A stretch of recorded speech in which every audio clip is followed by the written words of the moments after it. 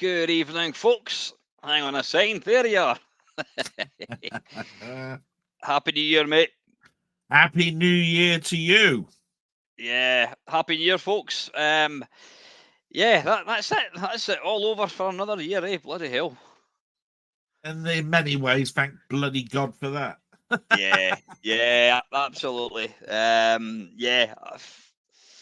Yeah, I mean, it's been all right. It's been all right. It's. I mean, you and Denny kind of pretty much nailed it with your bah humbug Christmas. I think.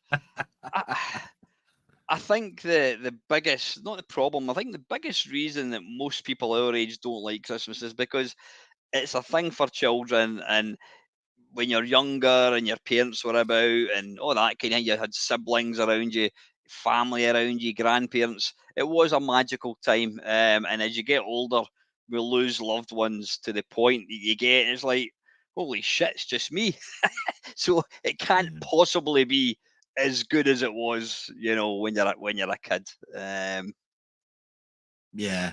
I actually sort of just briefly mentioned it in my last blog, and I said I think I've come to the conclusion that if you're in a happy place, Christmas is a great place to be. If you're in a new relationship, if you've just had a baby, if you've got, your kids are toddlers, all of that sort of stuff. As you get older, when those things are taken away and even friends start to disappear or go, then you go into a darker place, and then it becomes a thing that is just something that you just go through to get to the other side. You can have good ones then and bad ones, but if you get constantly bad ones, then you fall into a really dark place, and that's where nobody wants to be. So you're right. It's almost like being at a party when you're younger and there's loads of people at the party, and then bit by bit over the years, suddenly you're the only bugger. The music's playing and you're the only person with the party popper, and there's nobody else about. It's like, yeah. But anyway, listen, thanks very much, folks. Apologies for kind of a lack of any kind of presence for myself, at least on the last kind of couple of weeks. Just life, you know what I mean? life is kind of takes over things. But yeah, as much as it's nice being off, you've got that. I'm going back to work, but you know what? I mean, we're lucky enough up in Scotland. I don't even know why. I don't know why we have an extra day from you English lot. Is it historically because we get drunk and we need to take an extra day off to get over the hangover? I don't know. I mean, I don't know too much about it, but do you have Boxing Day? Yeah. Boxing Day's a holiday. I think you And guys get an extra day in August or yeah. something, eh? Yeah, I wondered whether it was if Boxing Day was something you didn't get. That's one of the reasons why Hogmanay is so important, and you have an extra day. You know what I mean? But Yeah. if you get Boxing Day as well, yeah, there must be something in the middle of the year where we get an extra day, a bit extra bank holiday. August, I know we have one, and you don't. So yeah, end of August. There is. So you're back to work tomorrow, mate. Yeah. Yeah. Most of England is back second. That's it. Aye. Scotland, you don't. So Aye. But extra lie-in for you. yeah, that's the problem. I mean, I think virtually all of this last couple of weeks, I've been it's been 11 o'clock before I've been getting up, and I've been lying awake, and it's these stupid things. You go and I'll just check Facebook, and I'll just watch that, and before you know it, it's bloody 10 to 11. I think I better get up. I thought you called it Fake Book then, and I was going to say that's a good name for it, really. Fake Book, yeah. I'm really happy. Am I buggering? But yeah, I mean, as I say, it's I think as well when you're a kid, you don't have any responsibilities, you don't have any real worries at all, apart from you hope that you're going to get the present that you wanted.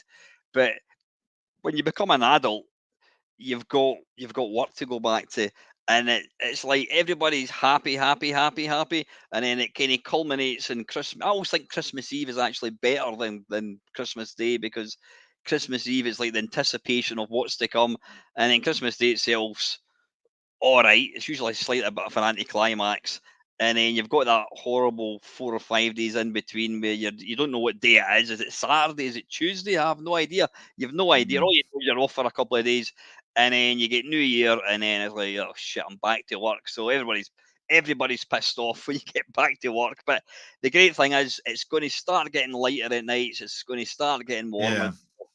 Though historically it generally gets really cold February, March time. So we've probably got not the worst weather. I mean, I don't mind the cold. The weather at the moment's just been completely shit. The amount of rain that we've had has been ridiculous. Yeah, gales as well. That's what Mm, we've been suffering from. Really strong winds. I know. So yeah, you did a really a stonking live stream with Denny on the 23rd. Was it 23rd? Yeah, it was the day before Christmas, the eve of Christmas Eve. Christmas Eve, yeah.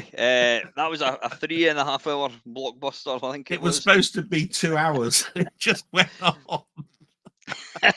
You know how these things unravel, though, eh? But no, I did. I tuned in for some of it. I was quite busy, but I did tune in for some of it, and yeah, I hope it's going to be another one next year. Or do you think you've said everything about it that you want to say, or? Well, I haven't really spoken to him other than a lot of people said because Denny and I both have this sort of like TV background, like watching certain stuff, like children's stuff, Wurzel Gummidge and all of this sort of Yeah, stuff. yeah. And we also like really older films like Harold Lloyd, Laurel and Hardy, and all of that sort of stuff. He wants to do some of that, like what's your favorite episode? Why is that your favorite? All that sort of stuff. And it might introduce there and a few people to sort of like watch some of those older ones because you don't see them on telly anymore, and it's just such a shame. So, yeah, it might be nice to reminisce about something that you don't see much anymore Yeah, of. I was talking to the girl at my work, and she's mid-30s, and she's never seen Laurel and Hardy. I know, such a And sad thing. she just laughed when I said they are the best comedy duo ever. They are, and she Oh, just yeah. kind of laughed. I says, I'm not being all misty eyed and nostalgic. I says, I can put on one of their programs and I'm pissing myself laughing. I says, it's just, Yeah. and she just sort of like, oh yeah. I said, honestly, you should watch it. But can you imagine trying to convince somebody to watch a program from like 100 years ago? They're like, Yeah. really? Yeah, whatever. Yeah. It's very for some people it's very hard to sort of like say, clear your mind, you're back in the 30s, watch this, because it's even harder to say watch this, and not only is it black and white, it's silent as well. I mean, that's then a really big jump. But to actually ask them to say, think there's nothing happened in the 40s, 50s, 60s, 70s, 80s, 90s, right? You don't know anything about Maggie Thatcher, all of the stuff that was going on. You went to the cinema and you saw this. Mm-hmm. And it's very hard to put your mind like that. But I can put my mind into I was a kiddie and I was watching this in front of on the settee, and my mum and dad were around, and Laurel and Hardy came on the telly, and I was engrossed for 20 odd minutes, and these two people just slapsticking about. Yeah, that's the thing. If you were to try and convince, not that you could, but if there was a video game around I mean, when did the majority of the shorts get made? Was it kind of 1930s, early Yeah, it was the 40s? 30s. It was the 30s. Yeah, the 30s. So what would that be? 90 years ago. So if there was a computer game from 1930, and you all know the music from 1930, it's y there's no way you're going to try and convince somebody to listen to that thing. That is like off its time. But what Yeah. people don't understand, people that haven't seen Laurel and Hardy don't appreciate that their humor is still completely relevant. It's pure, it's slapstick. And I don't, the comic timing, these two guys knew each other inside out. They Yeah. just played off each other absolutely fantastically, and it's There's brilliant, absolutely brilliant. To anybody that suddenly finds it funny, there's a wealth of information that they could spend a year or more researching. Do you know what I mean? There are Hmm. documentaries, books. You got the full internet background on it. Fan, discords. I'm pretty sure on it. There's going to be forums on it, and you'll get then every bit of information about it. And so it can be an enriching thing, but it can also be a daunting thing. It's something like, if I do find I like this, is this going to cost me a lot of money? Is this going to be something that empowers me, take over my life for the next 3 months? But no, just sit back and relax. You don't have to worry about all of Yeah, that. It's I just mean, something fun to sit back and watch. there's certain comedy tends to kind of, it's relevant for that time. I mean, you watch something like Police, or like Yeah, Bless This House or whatever, or To Death Us Depart. It has dated. There's no quite. I yeah, mean, you can remember all the. Not that we never got to see them, but all the confessions. Even like, I suppose even, and I hate to say this because I'm a big fan, but even like the Carry On films, if you sat a 15-year-old kid down and says, right, watch Carry On Doctor, would they find it funny? Probably not. They'd think, dearie me, that's really corny, yeah. and a lot of humor is. But Lauren, slapstick never gets old, and it's not. Well, I suppose it is slapstick, yeah, because they'll take the hat off and then they'll hit them over the head with a spoon. I mean, it's just stupid, but it's, But I think the other thing is that I think Laurel and Hardy avoided politics. If I yeah. remember rightly, they're either working or not working, trying to do something around the house, driving around a little bit, and the only thing that is constant is the law. Mm, That's it, really. There is mm, no who was president then, who was there's none of that I know, that I can remember of. In fact, I don't even remember them reading a newspaper and it saying about the First World War or mm. anything like that. These things go on. They actually did join the Foreign Legion and a couple of other things, a couple of other sort of like films, but for the majority, you know, you always just realize they're not very well off. They're poor. And That's they're just trying to squabble through life, that's the basically. thing, and I've always said that even less, but still relevant in video games. You've got to have a sort of you've got to warm to the character. I mean, you're watching a film. There's been films I've watched in the past, and I can't remember because I've got the worst memory. I can watch a film a month ago, and somebody will talk about it. Oh, it's that bit where he did that, and I can't remember. I just remember whether I liked it or didn't like it. But there's been films where I've watched and I don't like any of the characters, and I just find it a chore. Whereas, like, I mean, Laurel Yeah. and Hardy, you love them both to bits. You want them to do well. You don't want them to get flung into the snow and falling in ice, and you don't want all these horrible things to happen to them. And it's just you were talking about the again because I've got a shit memory.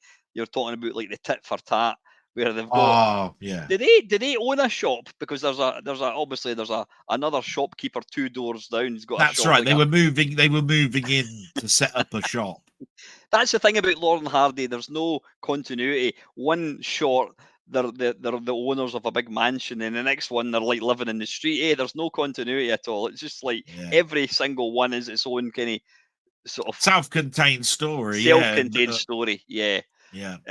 But tit for tat. I mean, I'd forgotten all about that one. And you're talking about you and Danny were talking about how they go in and they'll put like flowers on the guy's head and then put an ice cream in his nose. And every time they left the store, they'd nick one of their marshmallows and go and put it in the mouth like that. And then the next time he recognizes this and puts something like some sort of glue cream or something all over it. And then they can't open their mouths or something. It's just tit for tat. It was great. Yeah, marvelous. Yeah, I mean, you were talking about what's the one? I know we're kind of getting into another sort of video, but the hospital, what's it called again? The city hospital or something? County Hospital. It's just called County Yeah. Hospital. Even it's even like he says, I didn't expect to see you here, and he goes, and then Stanley says, "Well, I didn't have anything better to do." Yeah, and then it cuts to Ollie looking at the camera. He went, "So you thought you'd come and see me because you had nothing better to do?" And that's it. Yeah, and then he just goes on to another thing that you do when you're in a hospital is hand over food. And he goes, why, I don't eat these. Why didn't you bring me a box of chocolates? And the closing argument to the closing argument is that because you haven't paid me for the last box. And you go, it's just stupid. It's absolutely priceless. And I would think anybody who's never seen Lauren Hardy to go away and watch it. I mean, I picked up that. I mean, I know you sent me a link to you can get the entire collection now for about 20 quid. Yeah, very, very cheap now, yeah. Every single thing. So I'm just having a quick look. I think there's been a couple of questions. Firstly, thanks very much for dropping in. This was a very shortly arranged thing. Caldwin is asking, what the hell is Boxers Day? Is there a brief day too? It's called Boxing Day, and am I right in thinking, Dale, it was back in the Victorian times where they were like literally boxing up? Was it the Christmas scraps from their meal, and they would give them to like the servants or whatever? It was definitely a class thing that it's been explained to me as, and it's where the gentry would take all the food that hadn't been used, tin stuff, all of that, and you would go out and, as a goodwill gesture, give it to the underprivileged, like a soup kitchen type thing. But you'd actually go to your neighbors and say, "Here's some food," because my dad, as a joke, always used. Because I used to ask him what Boxing Day was, and he said it's where you put all the crap presents that you didn't like back in the box, and we go and put it up in the attic because you don't like it. So it's Reboxing Day. Yeah, I always looked forward to Boxing Day as a kid because we used to obviously we got our presents in the morning, and then we had to go and visit people, and you were allowed to take like one toy along with you. And then you came back and it's like, "Hey, come up to bed, it's too late, you'll get your toys in the morning." So I never really got to enjoy my presents. So on Boxing Day, that was just a day that you just kind of enjoyed stuff. So did you watch Did you watch many Christmas films across the? Nah, not really. Nah. The telly was absolutely crappy this year, not like other years. You know, like I said, Yeah. again, things have just moved on. Maybe I'm just a grumpy old git. I don't know. It wasn't. I just think the TV is not aimed at me anymore. It was all reality specials. You know, special come dancing episodes, the midwife and all of this sort of stuff. And I'm going bollocks to all of that. Am I Yeah. interested in Yeah. that? No. You I know. mean, you know, one of the big, one of the real big things about Christmas back in the sort of 70s and 80s, you know, before VHS or before video recorders came along, if you only saw a film in two places, a cinema or on the TV. But it used to be like 8 years before they could show a film, something like that, wasn't it? I think it was 5 actually, Was it but yeah, five it's years? somewhere. Yeah, It was somewhere around there. Yeah, yeah. Sky changed all of that. Now sell through. A film is on, and 3 months later, it's on disc for you to have. So it's even yeah. shorter now. So you But know, so yeah, a big part of obviously Christmas was getting the TV times, getting the what was the other one, the radio times, radio and time. then Yeah, looking out Christmas Eve. Oh, that's going to be on, blah blah blah, blah, and circling things and getting to see films. I mean, I remember when Jaws got shown. I think I remember when Star Wars got shown, and it was a big event back in the yeah, sort of yeah. UK in that time. You know, and collectively as a family, you would sit around the TV and you'd sit around your. I mean, I don't know what size of TV did you have back then? Was it 20 inch? Was that? Was that? Yeah, I think it was 24-inch that we had, something like that. It was a Hmm. There was 20, 22, 24. There wasn't too much above 24 until widescreen came along. Then it was 32 and above. And Yeah, I just remember, yeah, the widescreen night. I got a Sony. I know it was a Panasonic 32 inch, and I think I had Nikon stereo, and it was like 32 inch. Nikon. That was 32 inch was like the size of cinema. It was like huge. Yeah, well, it was bloody heavy.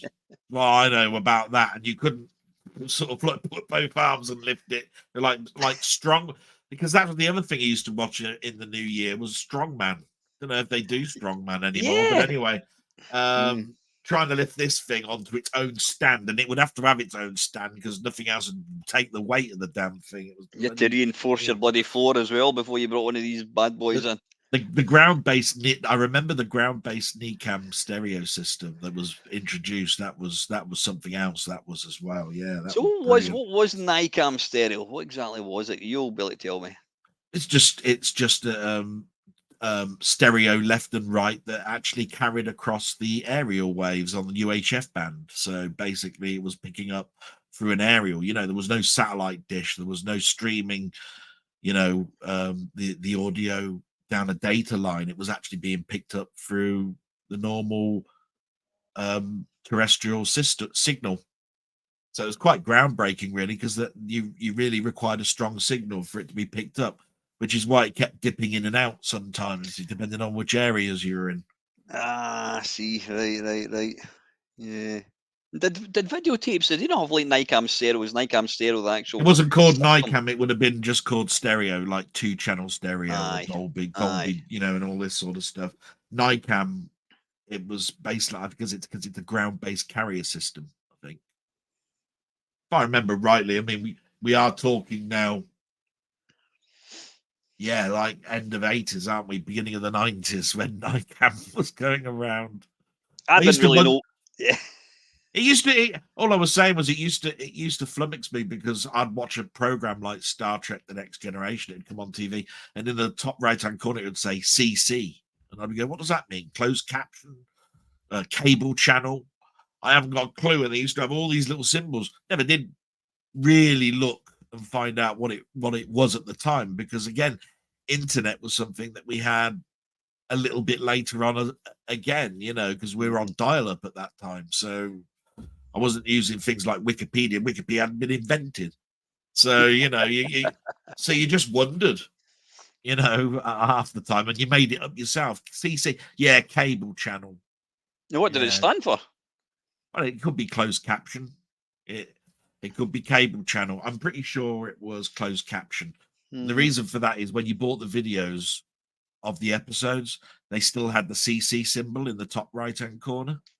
And they either forgot to remove it or it stood for closed caption, because then you could actually have for people that are deaf the subtitles. See Yeah, what I yeah. mean? So I think it's sure it was closed caption. Got you. I don't know if it's just me, but see when I watch virtually anything on like streaming services, I tend to put the subtitles on now because I don't understand. It's not because I don't hear what they're saying. I don't actually understand what they're saying. Most of the stuff that I watch is American, and some of it's got quite deep accents, so I tend to put kind of subtitles on now. Yeah, I mean, I do the same, and it's quite fun now that sometimes it translates the wrong word. Was it? Did he really say frog? You know, you look at it, it was obviously a totally different word, but it lifted it up as frog or something. You know, This weird. is a natural segue into what you mentioned in your blog this week. I got what I call it a DVD player for my Christmas from my Oh, girlfriend. yeah, I was going to get the. You did recommend. You very kindly recommended this particular model, and you yeah, said, however, if you want a slightly better one, then go for this one, which I think was twice the price. So I paid some of the money towards it, and yeah, I did get a bit of. I had to phone you up and say, help! How do I connect yeah, this? yeah, yeah. And it took me back to my days of when I was doing things myself, you know, because whenever Mm. I used to get pieces of equipment, you had to pull everything out and put everything at the back, the cables and everything, then push it all back and test it all and all of this sort of stuff. And you were having a little bit of a problem because it wouldn't default, would it, to the correct sound channel for yourself? But we Aye, it got was there weird. we got there in the end. Yeah, But you what know, I after I phoned you back and said, oh, it's working. When you first put it on, it plays it for a wee second and then it defaults to the arc, and then you yeah, press it a second time and then it stays. yeah, So I don't know why it does that, but it seems to work fine. But I- fortunately, fortunately for me, when it comes to watching films, I've never ever had a good like sound setup, even like stereo. I mean, yeah, I don't think I ever. The best I ever had at the time was when I got a 32-inch uh, cinema system, and I think it had, did have left and right speakers, I think, and that was it. And but then shortly after that, the flat screens TVs came along, and I got a plasma, and I never ever bought. The problem was I was living with somebody at that point. yeah. I was always sharing a house with somebody, and trying to convince a woman that you need a subwoofer. They're like, that can go because Yeah, it spoils the look of the living room. So like, and they didn't want wires or all that. But when you've got your own house like me, you can do whatever the hell you want. So I've never really, other than when I went to the cinema, I even bought a set of I think it was, I don't know, 5.1 headphones. And to be honest with you, I didn't really. It was pretty. It wasn't great. It wasn't that good. And it was only, again, I think you mentioned it. It was only when I was down at your house earlier last year, whenever that was, yeah, and yeah. you showed me, you sat me down in front of the TV and you let me hear about it. I'm like, wow. I thought I need to get something like that. And then a couple of weeks later, I was at a mate's house, and he's got a cinema room. I mean, the guy's, I don't know if he's loaded, but he's got a lovely house, and he's got a cinema room, and he's actually got cinema seats. He's got like three cinema seats, and then behind it, he's got another set of three cinema seats, and they've got the cup holders and all that kind of stuff. Yeah. And he's got a big, I don't know, 85-inch TV, and he put a bit of, was it the Mandalorian on? I'm like, holy shit, that is incredible. And I went, where's all your speakers? He went, no, it's just that front speaker. I mean, oh, what the hell, sound bar? And I thought, because Yeah. I had a sound bar, and to be honest with you, the sound bar, on the very, very odd occasion, you would hear like a noise at the back. You'd think somebody was by, oh, what the hell? Oh, it's that speaker.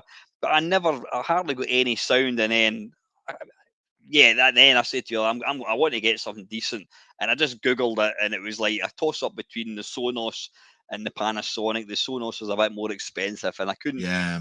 I couldn't afford it, and I couldn't justify spending like £1,000. So I spent a fair bit of money, but nowhere near as much as that. And I have to say, it's fantastic. It Mm. really, really is, because the soundbar itself weighs a ton. It's got about 7 speakers in it. It's got ones that point the sound up. The rear speakers have got ones that point the sound up, and it is for a minimal. I mean, they're wireless as well. I know the okay, the experts will say, they would say, "Oh, you've always got to go for like wired," but I've got to say that these wireless things are the dog's Yeah. bollocks, Yeah. and they're out the way. I've got them positioned either side of my TV, pointing slightly. In fact, here's the thing: if I'm sitting in my settee here, should the Yeah. speakers be pointing directly? The rear speaker should be pointing directly into my ears. I've got them slightly angled. So Yeah. it. It's the age-old question: what's the room layout like, Well, it's a and what square kind of room. Yeah, and what type of speakers have you got? Because certain yeah, speakers have got cones that are directional and some are fixed. If yeah, you've got the older fixed type ones, then of course you really want them behind you at the level of your ears and probably pointing slightly in towards you, right? yeah, But if you've got directional, then basically the most important thing then is, what's your roof like? Because if you've got a slanted roof, it won't work very well. If you've got a no, flat it's just roof, right, flat yeah, roof, then it bounces and it's supposed to sort of like go above you and then behind you. You see what I mean? So you really want your chair slightly forward of the speakers that are behind. yeah, And yeah, there's all sorts of mathematicians. In fact, my amp, when you're setting it up, is and they've done this now for about 10 years on amps.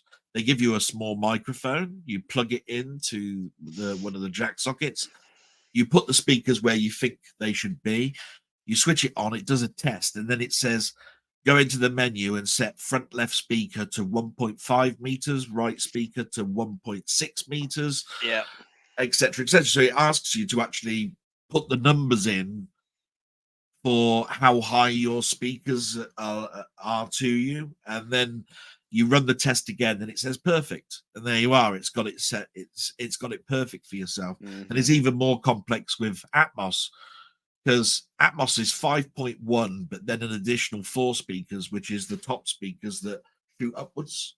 hmm, So the 2 front speakers and the 2 back speakers have got another set of speakers above it. That's why it's a 9.1 system. I think it's a 9 or hmm, a 10.1 system. The subwoofer's really weird, because most people say it's the most ugliest box, and I turn around and said, well, why should you want to look at it? Because it only pumps out bass. It doesn't actually have to have direction at all. You could stick it behind the telly. It's not Could you going put to it? it's not Could you put it behind you then? In theory, yeah, yeah, it is a discrete channel, and it has yeah, no direction. So it doesn't even have to be near you.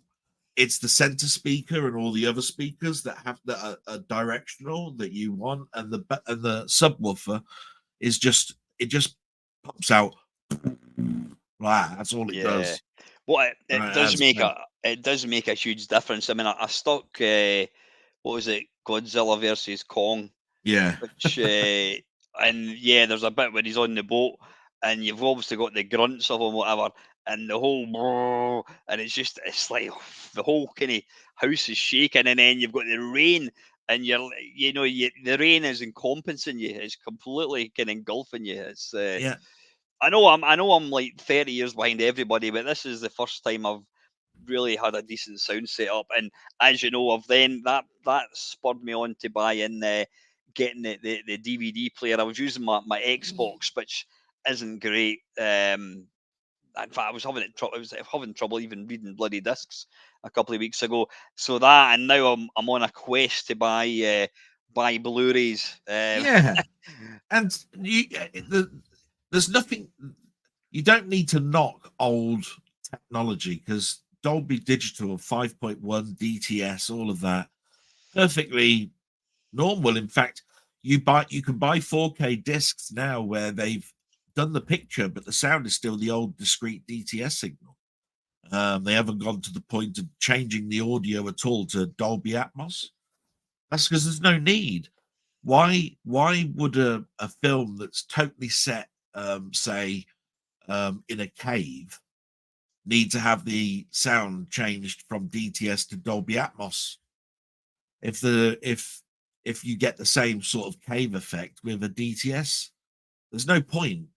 So, I fully behind you. You can now pick up some bargains.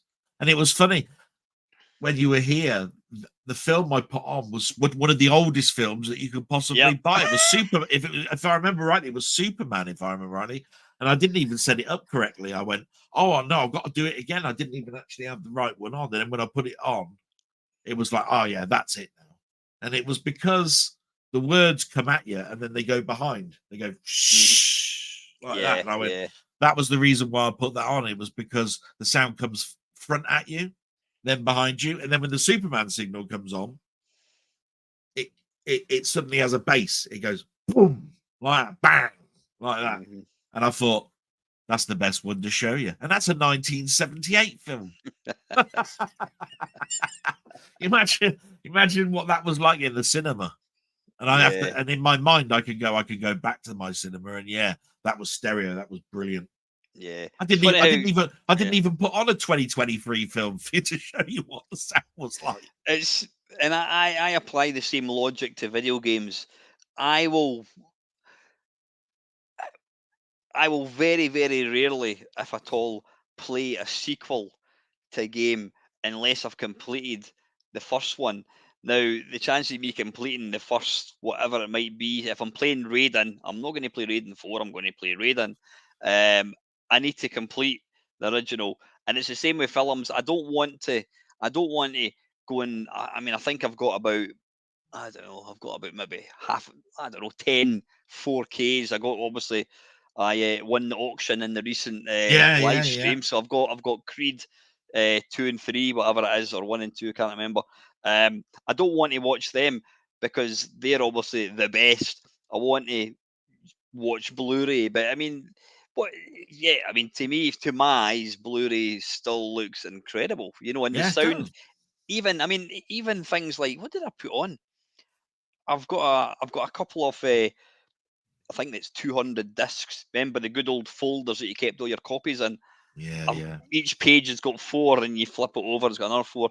I've got 2 cases of these, and I've got I must have 400 films.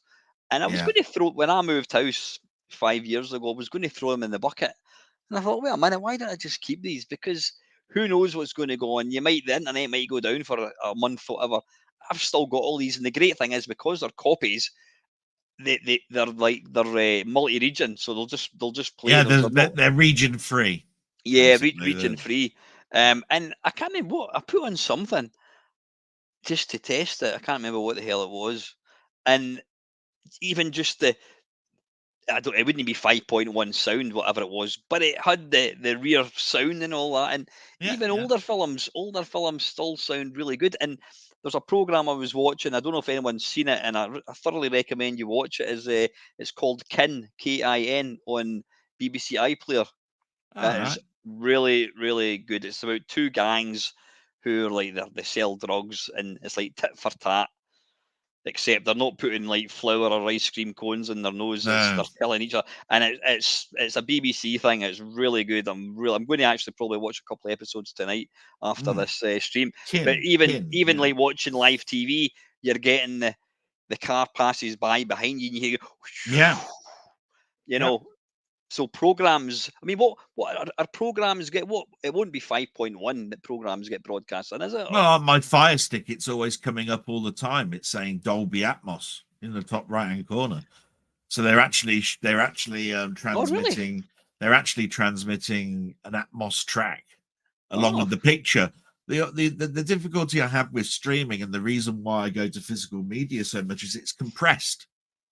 Yeah. So it's not going to be pure signal. It will lower the bit rate and higher the bit rate as your internet is being used. And for someone like yourself, where I think you've mentioned that you've got more in your house than just you. If somebody else is also watching a film, then of course your bit rate will change. When you put a disc in, there's no change. It's whatever the disc is spinning at, what it was encoded in. So that's the other reason why I'm a big physical media person. So yeah. Mm-hmm. Sorry, I'm just doing a wee well, not a segue. I'm going completely off topic.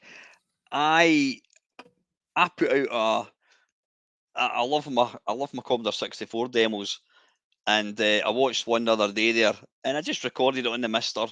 I spoke over it for a couple of minutes, put it out. I put it out 2 days ago. Do you know how many views it's got? No, I haven't checked. 11,328. Wow. 11,000.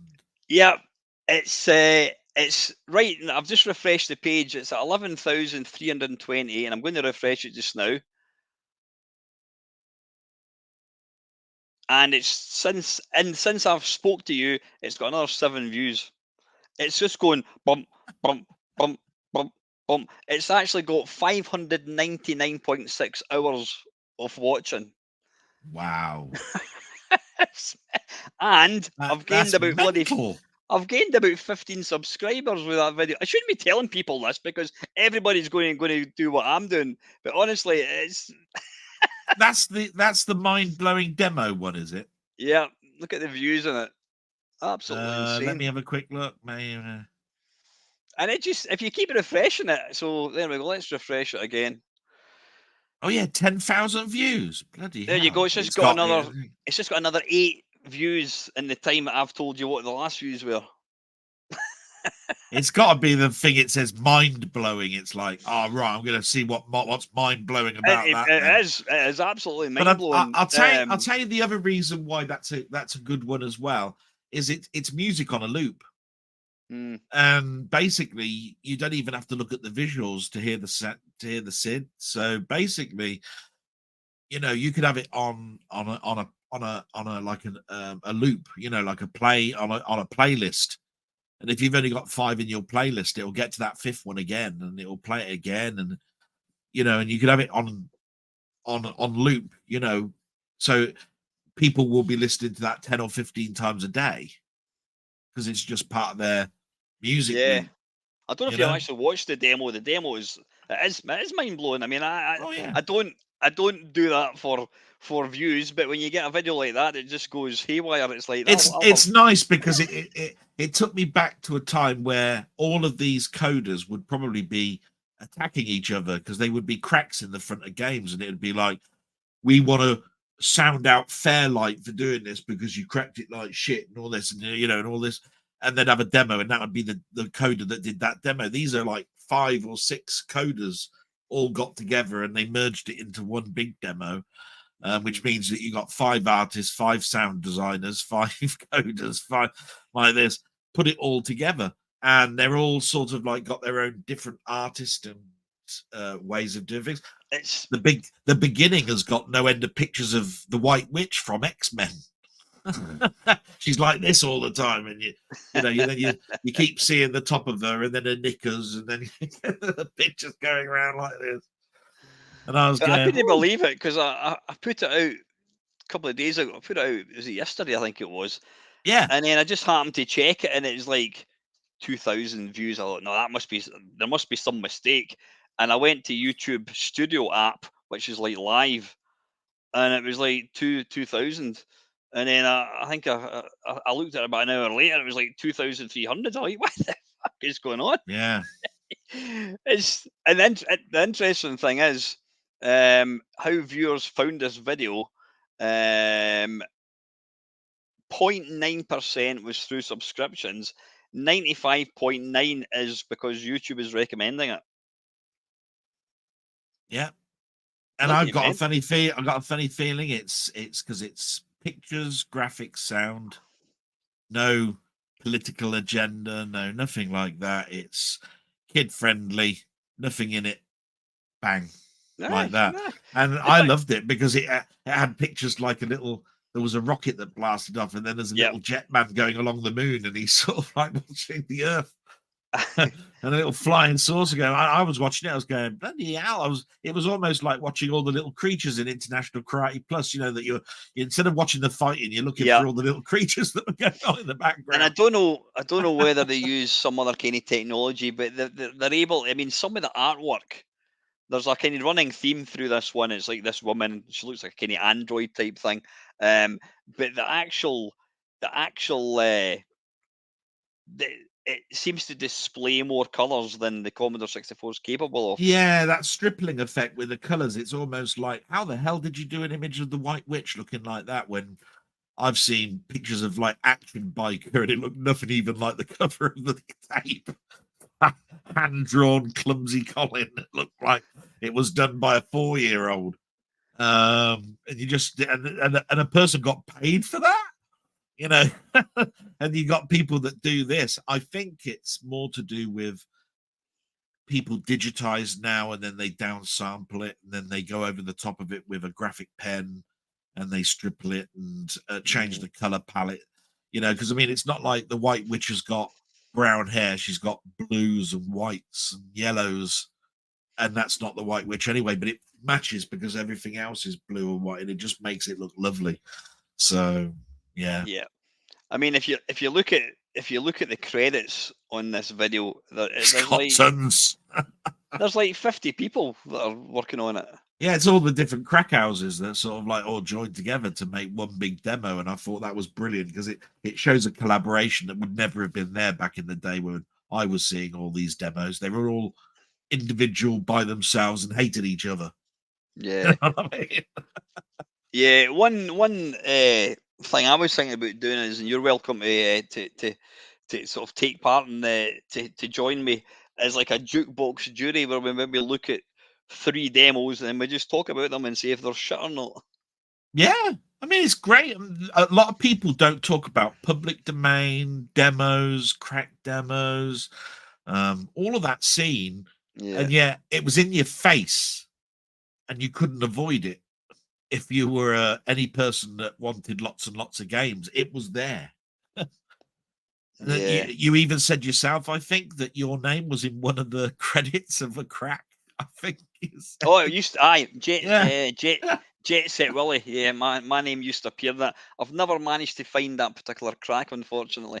Do you remember a guy called, I don't know whether it was a cracking group or he was just one of them. If he was a guy, he was called the Red Baron. He worked for like the Red Baron. I've heard the name, the Red Baron. I've heard, but then again, they all because it's sort of like started at the BBS for me and then became something that was around on every crack, you know, every beginning of any loading disc. They all merge into one. I remember Fairlight, you know, some of the really big ones. They were kind of a bit later on, if I remember it. Fairlight, they used to have the sort of the big, it went, and it was like the big Fairlight logo, this really bassy kind of sound effect. That was one of the kind of more sort of recent, when I say recent, I'm still talking about 1994, but the real early. Yeah. Was it And that's what I was Famicom? saying. That's what I was saying. It's a bit hard to remember some of those because a lot of people had tapes and didn't have discs for the longest time. And most people that had tapes wouldn't have had a crack for it per se. They would have got it from an action cartridge where they froze it and then saved it onto tape. And then when you loaded it up, it would still not have a crack house at the beginning for you to go past. It was mostly for people that had disc, and if you had disc, you tended to find you've got a bit more money. These are the people that have got a little bit more money because the disc drive was as much as the Commodore 64 itself. If we just talk, say, for the Commodore 64, I think it was more expensive, actually. I'm sure it was by about 50 quid, I think. That was insane. That was absolutely insane. You were talking about cracks and what have you. You were talking about on your again on your blog that you had been kind of stockpiling collections of CD-based systems from a certain site, which we cannot mention for obvious reasons. Did you manage? What did you manage to grab? Were you looking for complete collections, or was it just? Yeah, it's one of those things where nostalgia and me go together, and I have less nostalgia for later systems. So so obviously I've got sort of like a lot of the stuff that we need for the Amstrad, the Commodore 64, the Spectrum, even things like the Oric and so forth. I've even got collections of, but because I've still got the hardware for, say, my Dreamcast, I've never downloaded an image for my Dreamcast because I've still got that big wallet of discs, and I've still got the hardware, and I can still plug it in. But when you've got a big card on your Mister, and like you were saying, because you don't want to keep getting the cartridge, the system out, you start going, right, I need to download those images, and those images are CD size. They're like 750 meg, and all that sort of stuff. Because, there's the audio that they've got, which is CD audio. So based on the fact that around Christmas, some sites say what they call free leech. I shouldn't really call it that, but it's like, oh, don't worry, we're not going to cap you, in other words. I thought, well, now's the perfect time for me to probably download those, because they're gigs and gigs and gigs. And at the end of the day, I could turn around and say, nah, I don't want to give anybody those files. I just downloaded it and I can just go away, and there's no penalty. So yeah. And then it amused me because I looked at the directory structure of the Mister, and there's a ton of other folders that I didn't even think about, like the Acorn Atom. I was going, never had it, can't remember it.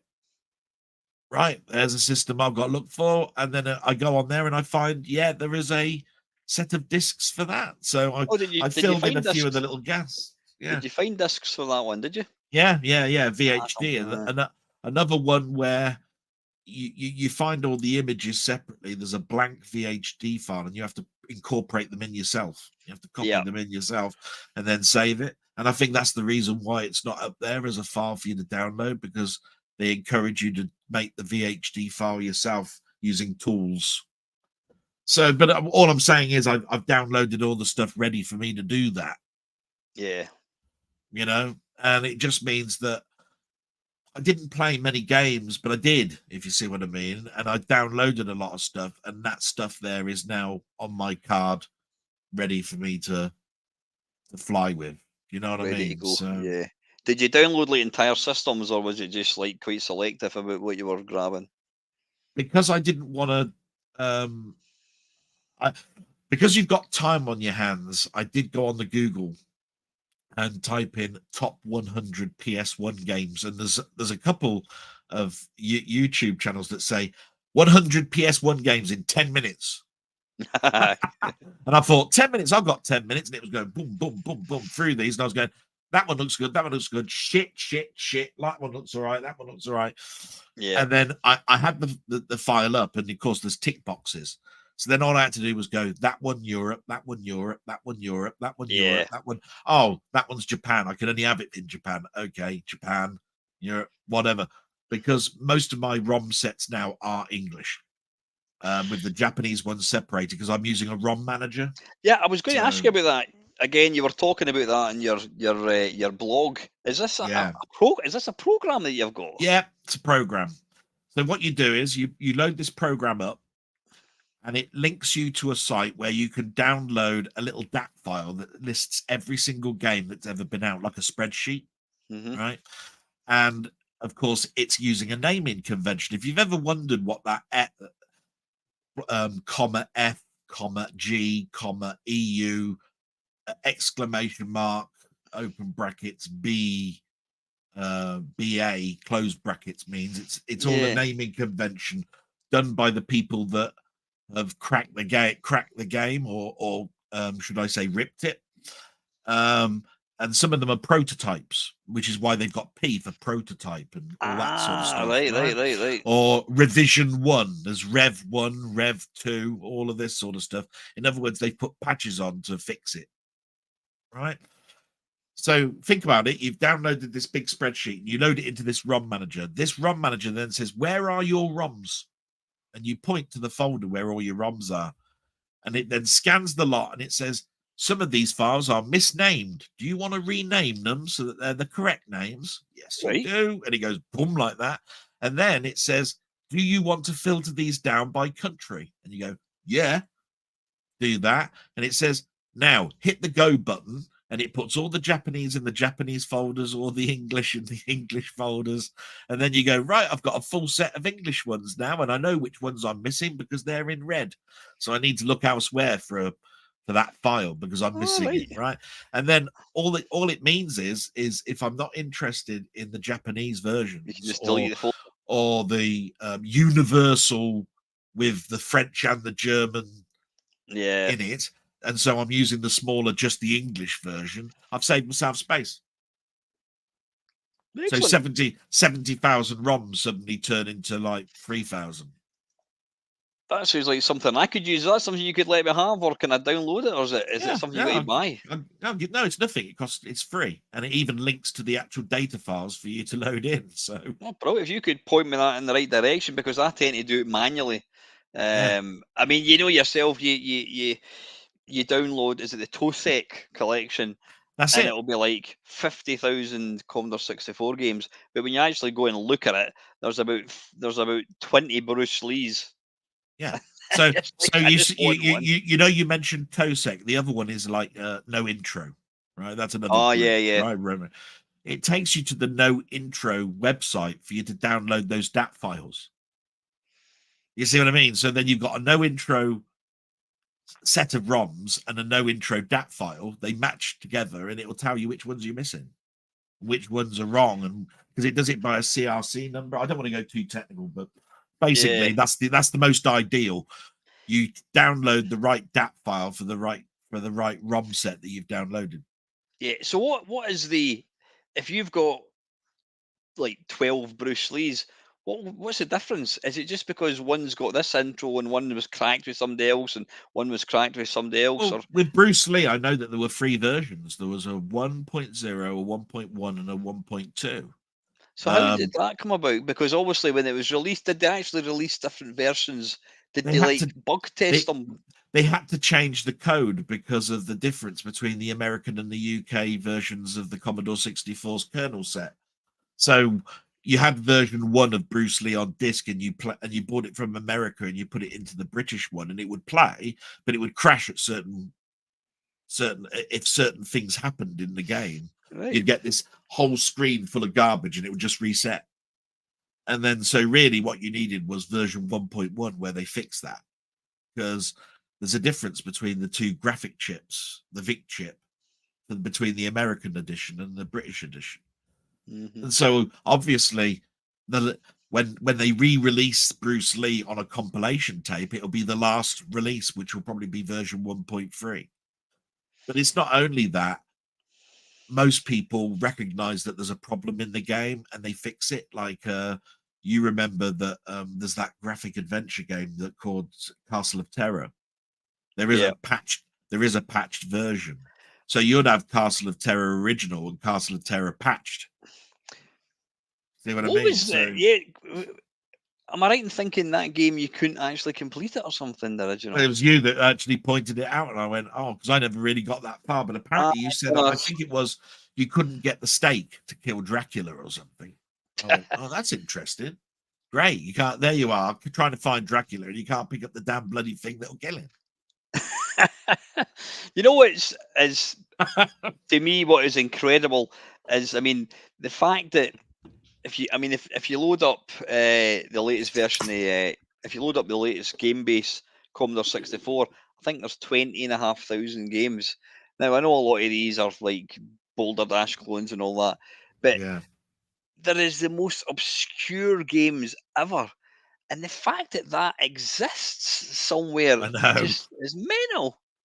I know, and type-in games there are there, and all sorts of stuff. You know, somebody must cover discs of magazines and all sorts of stuff. Yeah, somebody must own a tape of that, and the fact that there's different. I suppose, like Bruce Lee, as you say, yeah, you've got it on a compilation, so technically that's version 3. You've got it on the original by Datasoft, then you've got it on I don't know, Mastertronic. The US Gold International release, you know, and that sort of stuff, you know. They were all different versions. But yeah, the fact that these still exist just is mental. Do you still update your MAME by any chance, or do you still update MAME when a new version of MAME comes out? Do you still Usually, yes, but I think I must admit, because there's so many other systems, and I've got the Mister now. What used to be something that I'd do every month or every 2 months is now once every 6 months. So I'll do it twice a year. Because when it comes to the Mister, they're not doing all the cores. And it uses a specific set, if I remember rightly. It uses a standard, a set from, it's called 0.78, if I remember rightly, is the one you're supposed to look for. But you can change the core and use a 2013, and then you can use a newer ROM set. But it's still never, it's always like 10 or 15 versions behind the proper MAME. So it's become less critical because I play MAME now mostly on the Mister. So it's become less of a thing. And the MAME, to me, started to get too complex because they started to add things like fruit machines and all sorts of stuff to it. And I wasn't interested in that. I only wanted to know about bug fixes to the ones that were emulated right, or new games that I'd never heard of that came out in the late 90s. But they started to add fruit machines and mechanical stuff. Did they not start adding things like the SNES and that as well, and Mega Drive and all that kind of stuff? Or Well, the reason I think they added that is because in Japan they actually do have SNES arcade machines like the Nintendo 10. So there is a reason for having cores that have things like that. But yeah, if they're putting in computers and stuff, then there used to be something called an emulator called MESS for that, which was emulating all the home consoles, and MAME was all the arcade stuff. So again, they're intermingling again, and I don't know. The purest version of MAME is the MAME that I like. So it's the Mister's nice because we're, as you keep rightly pointing out, you're discovering cores again because they're making them perfect. So you're just waiting for the day that Rolling Thunder's there, and you go, yeah, got a perfect one now, yay, like that. See, you're talking about you've been grabbing, discs for the Sega Saturn and Dreamcast and all that. Yeah. Do you download like the Capcom collections for these machines so you can play Rolling Thunder on it, or do you think there's no point because I can play these originals and MAME and whatever? Like I said, because I've only had so much time to do it, I've usually done it based on those top 100 top games in 10 minutes. And when I was going down there, I saw they had Namco Museum 1, 2, 3, 4, 5. And I've had to remember back in my own brain some of those YouTube videos where I've seen Battle of the Ports. There's a classic example. And he goes through all of the different home versions of the game. And it says at the end, you can play these on Namco Museum, where it is the actual ROM, but it has been slightly tweaked. And I've had to try and remember, was this one got a tweaked version or is it just the ROM set? If it's just the ROM set, I'm not interested. If it has been tweaked slightly, where it, like Sega Ages have got Outrun, but they've tweaked it slightly, then I'll go, yeah, because it's different to the Outrun I got. So I want that. So I've looked and seen what the size of them are, and usually they're quite small. So sometimes I've just let it go and go, right, yeah, I'll have 1, 2, 3, 4, 5. I don't give a shit. Yeah. You know what I mean? Yeah. I know when I got like the PS, not the PS Vita, when I got like the PSP and all that kind of stuff, and the PlayStation 2, the games I would look for would be like, Taito compilations and Namco compilations, Konami compilations, just so I could play all the games I could play elsewhere. But it's just a thing. It's like when you get a brand new bit of hardware, the first thing you try and do is get it to load a Spectrum emulator. Yeah, but I think when, for someone like yourself, it must be a little bit easier now because you've got that lovely little what is it called, the RGB 30? The Pico 8, Pico, whatever it's called, yep. And not the Pico 8. The Pico 8 is something completely different. Sorry, yeah. So that little handheld emulator, which has got a perfectly square screen, I think that's 2 inches by 2 inches. Yeah, that's the selling point. That's the selling point of that particular console, if I remember rightly, is then ideal for you to have those earlier ROMs. So I would have said that, you don't need to play those Namco museums now on your PSP, which were widescreen in the first place. So I would have said to yourself, that must clear up your ROM something much better now, because you'll play those now on your RGB 30. I would have thought, and cleared them off of your It's PSP. funny how, like, I've managed, one of the sort of bits of software that I used to use quite a lot for live streams, although it was a pain in the arse, because it used to, depending on what game system you ran, it would display the game on that monitor, or it would display in that monitor, and it would it would interfere. And it was the coin ops, where there's all these different systems, and it's fantastic. But I'm starting to kind of think to myself, not that I need. I am starting to run out of space. Now, most of the big storage that I've got, it's all USB drives, Yeah. and I know they're not foolproof. So I'm running out of space, and maybe that ROM manager would be something that would be perfect for me, because how many full collections of things do you really need? You know what I mean? Well, that's what I mean. The nice thing about a ROM manager is that it doesn't delete the files at the end. It just puts them in another folder, right? So all I'm doing really is just saying, for this particular device, this handheld, I only want to play English games. I'm not interested on playing a complex Japanese role-playing game that I can't understand what the hell it's talking about, and I've got no patch for it on a 2-inch by 2-inch screen. So basically, I'll just have every PAL game, including the role-playing ones. They've got to be in English, because I don't want to. If I really wanted to get involved in a Japanese role-playing game, I'd play it on a big screen.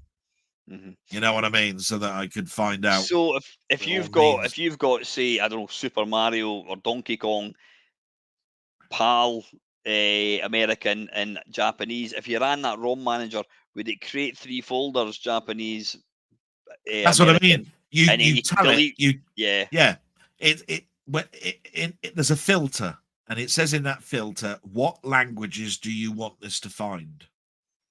So I tell it, I want English, universal. That's it. And it keeps all the other ones to the right, so French, German, Japanese, Korean are all on the right-hand side. When it then runs, it says all of those other ones have been found, but they put them into their responded language folders. The others are now in one folder, which is what you wanted, which was English universal. You see what I mean? And you can filter it even more to saying, I don't want revisions, prototypes. It all depends on how deep you want to go, Yeah, and will it create multiple folders? So it'll have prototypes. Not folders, but it'll create a proper core set, and the others are split. Yeah. So you've got a core set, which is what you say, I want English universal only, and proper releases, not prototypes. The others go into their proper Japanese, Korean, or whatever. You see what I mean? Yeah, they're already separated, because they already say revision 1, revision 2. I mean, you could do it yourself. It's just the ROM manager does it in seconds. That sounds absolutely ideal. Listen, sorry, we're kind of getting a bit boring here. We're talking about ROM sets. This is something we should have been having discussion offline, rather than having people listening to us talking a lot of nonsense. You got asked a question, and again in your blog, and it's one I've spoken about before, and I think it's quite an interesting thing. Yours is slightly more limited, and it was if you had to pick the ultimate computer using parts from a Spectrum, Amstrad, and Commodore 64. And I've spoken about this before. If we were to pull together the ultimate, take the best bits of all the 8-bit computers, what keyboard do you think we would need to go for? To me, the ultimate keyboard is my PC keyboard. That doesn't count. It's got to be a standalone personal computer from the 80s. The best one that I've probably ever used was the Atari 800. That's got a lovely keyboard. But I always thought the Commodore one wasn't bad. It's. I'll tell you what. When people would talk, when I talked about the keyboard, I only talked about the Spectrum, didn't I? Say, who wants to have that piece of rubbish, right? the reason I don't feel bad about the Commodore 64 keyboard is because I used it more than I used any other machine. And I don't remember me having a problem typing in magazines worth of data, because I would type in games. The Atari 800 that I had, which had a lovely keyboard on it, I never really typed anything on it. I just loaded the stuff up, so I was only ever using about 3 or 4 or 5 keys. It's a bit of a strange one, and I think everybody is going to be in that same situation. They would have had just the one machine because nobody had 3 or 4 machines back then. They only had the one, and I just know that when I was in a computer shop and you used to type in 10, print my name, 20, go to 10 in Dixon's, right? I remember the Amstrad one felt flimsy. The Spectrum one was rubber of dead flesh, horrible. The Commodore 64 one was great. The VIC 20 one was great. The Atari one was great. And if there was a choice, therefore, you'd be asking me which keyboard would you have? It would be between a Commodore and Atari, and I'd be pushed to say the Atari because I didn't use it enough. And if I'd have used the Atari more than the Commodore, I'd have been saying the Atari keyboard, and it would be like that. You see what I mean? So yeah, Steve is saying the BBC keyboard. The BBC did have a nice brilliant clicky keyboard, yeah. See, I would agree with Steve. Whilst I was a C64 guy, I felt that it was a bit too spongy. It kind of, I wasn't. It was all right. It traveled more because Yeah. it had a spring system. You see, I recorded a video with a friend, and we were going to do part 2, and we've never even got around to doing part 2, and I've still got the image. It's about 2 hours long on my computer. I think it was recorded about 2 years ago. I've never got round to actually finishing it. But his favourite keyboard was a computer that not many people had. Probably a lot of folk have never even heard of it. It was the Computers Lynx. Oh right, CAM Computers Lynx. It had. He said that it's got a fantastic keyboard. Yeah, that was his favourite. Poor old Craig Flanagan saying the C16. well that again is a VIC 20 Commodore 64 keyboard, isn't it? Bless him, eh? Commodore keyboard. You know what was interesting when you were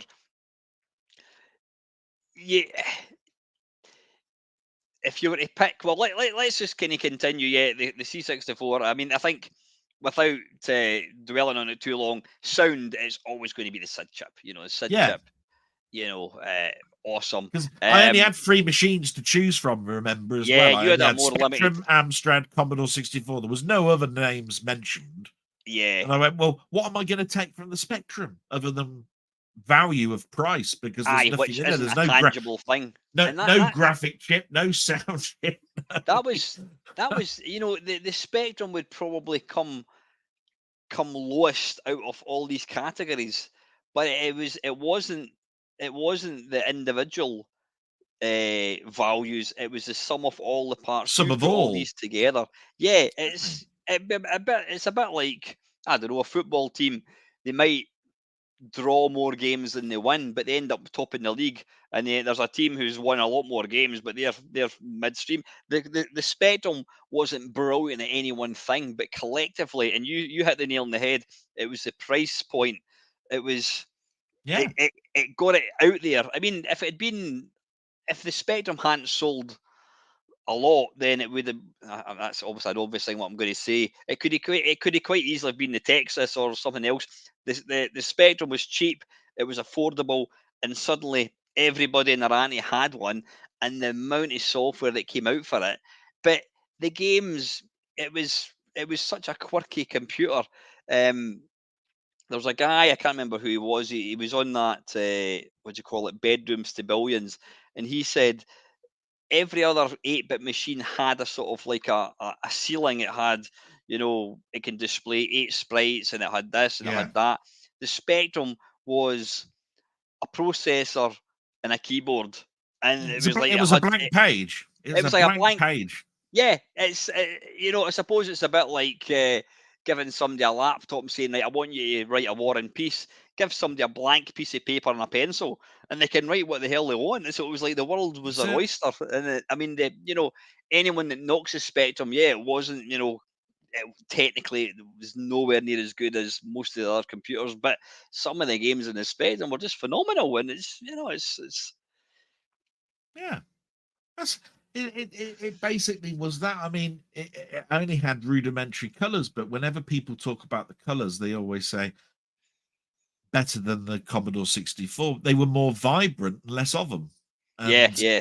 and if you were a programmer, you could utilize that to maximum effect. Like we were talking earlier with those demos where you were saying, why is it that those pictures look so much higher resolution? It's because the artist that had it knows how to mix a couple of colors together to get that effect. And that's what a Spectrum programmer had to do. He had to go, what if I put red and yellow together? I get green, right? Okay. Mm-hmm. So if these two pass together, I know what will happen. You know what I mean? Yeah. And that's how it works. The sort of the vibrancy and the contrast of the colours wasn't something that I was really aware of back in the day, and it was only later on when somebody said, "Yeah, the Commodore 64 had a very kind of dull palette." Yeah, And I know it's like people take the piss. Oh, it's all browns, but even the colours, like the red, it was quite toned down compared to something like and again you picked that one, the Amstrad. It had a really good colour palette, and so did the Atari. It had a yeah. fantastic colour palette, a Different lot more graphic colour. resolution modes as well, and each of those graphic resolution modes had its restrictions in regards to what colors it could have. So the higher Mhm. the resolution, the less colors you had. So you had like 4 colors for the highest resolution and 16 colors for the, or a palette of 128 for which it could display 16 on its lowest, which would make it look bloody blocky and all that sort of stuff. You had to know if a game needed speed, you wouldn't choose the highest resolution because it would just be too slow and it would look monochrome. You had to Mhm. choose the right one. And I think the majority of the early Amstrad games, they weren't quite aware which mode to use correctly for this type of game.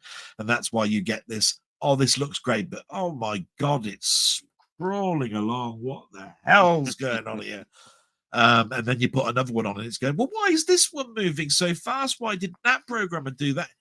Because at the time they didn't know it. Yeah. It was the programmer's choice, and that's what they used. And the Spectrum is more, I'm a blank page.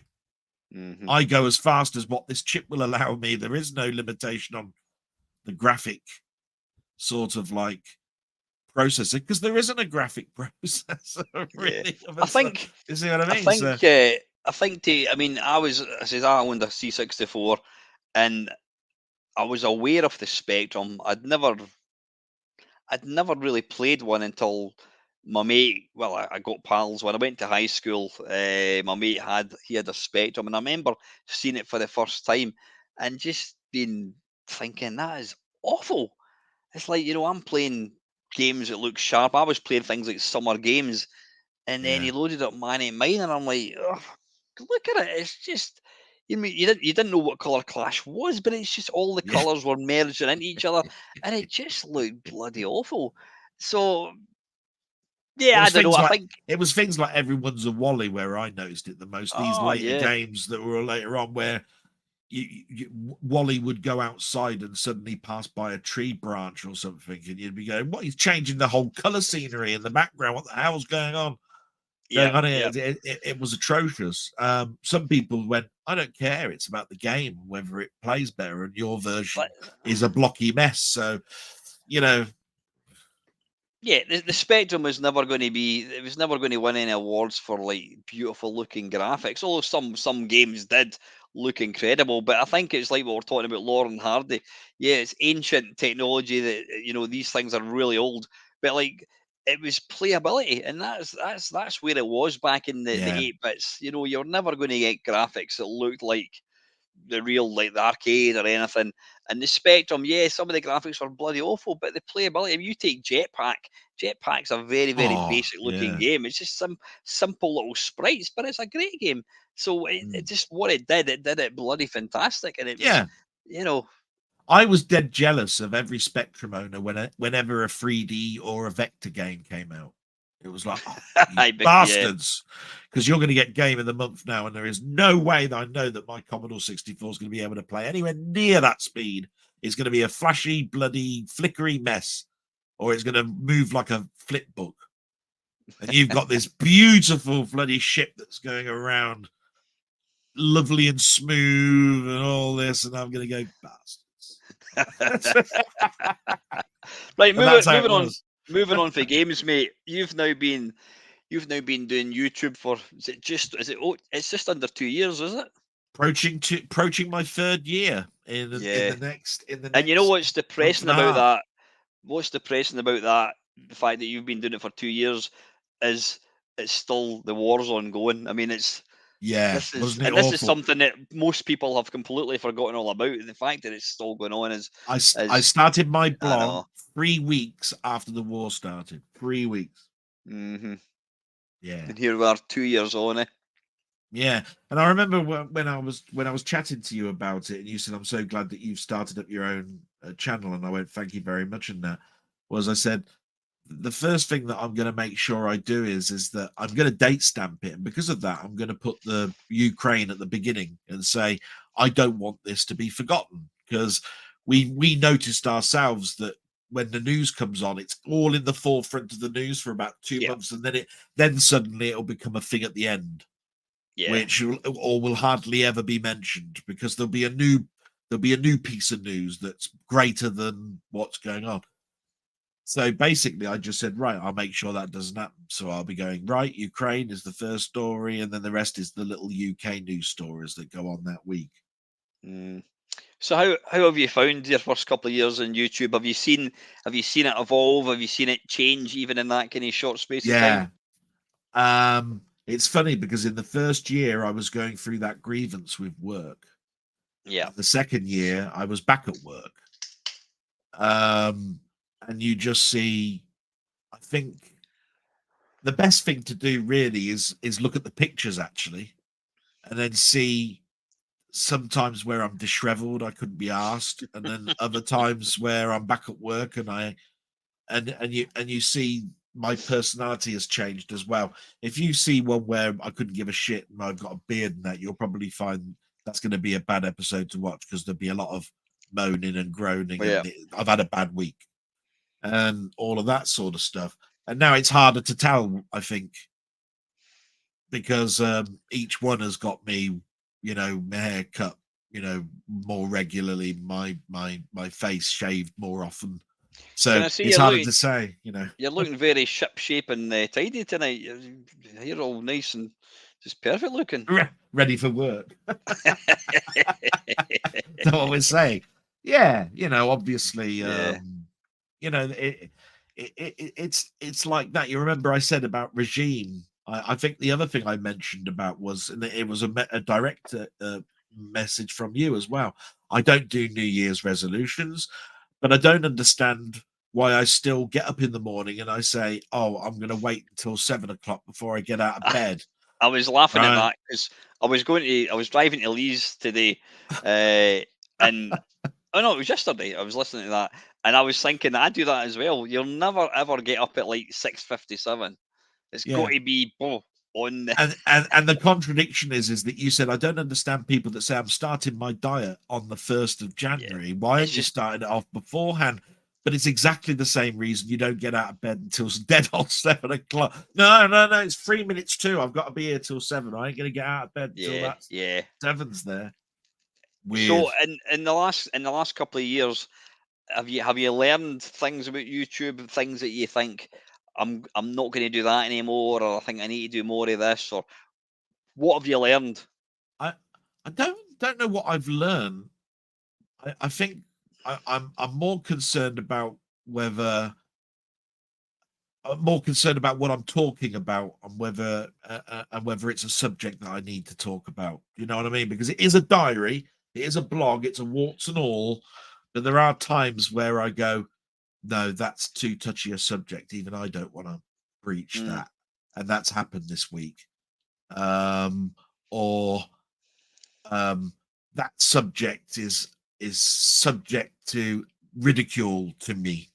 Yeah. You know, there'll always be somebody that will know more about it than you, and you think to yourself, you know about it, so you talk about it, and somebody will come along and say, "Oh no, time doesn't work like that. Time works like this, or whatever," and you go, "Yeah, it's because I was generalizing."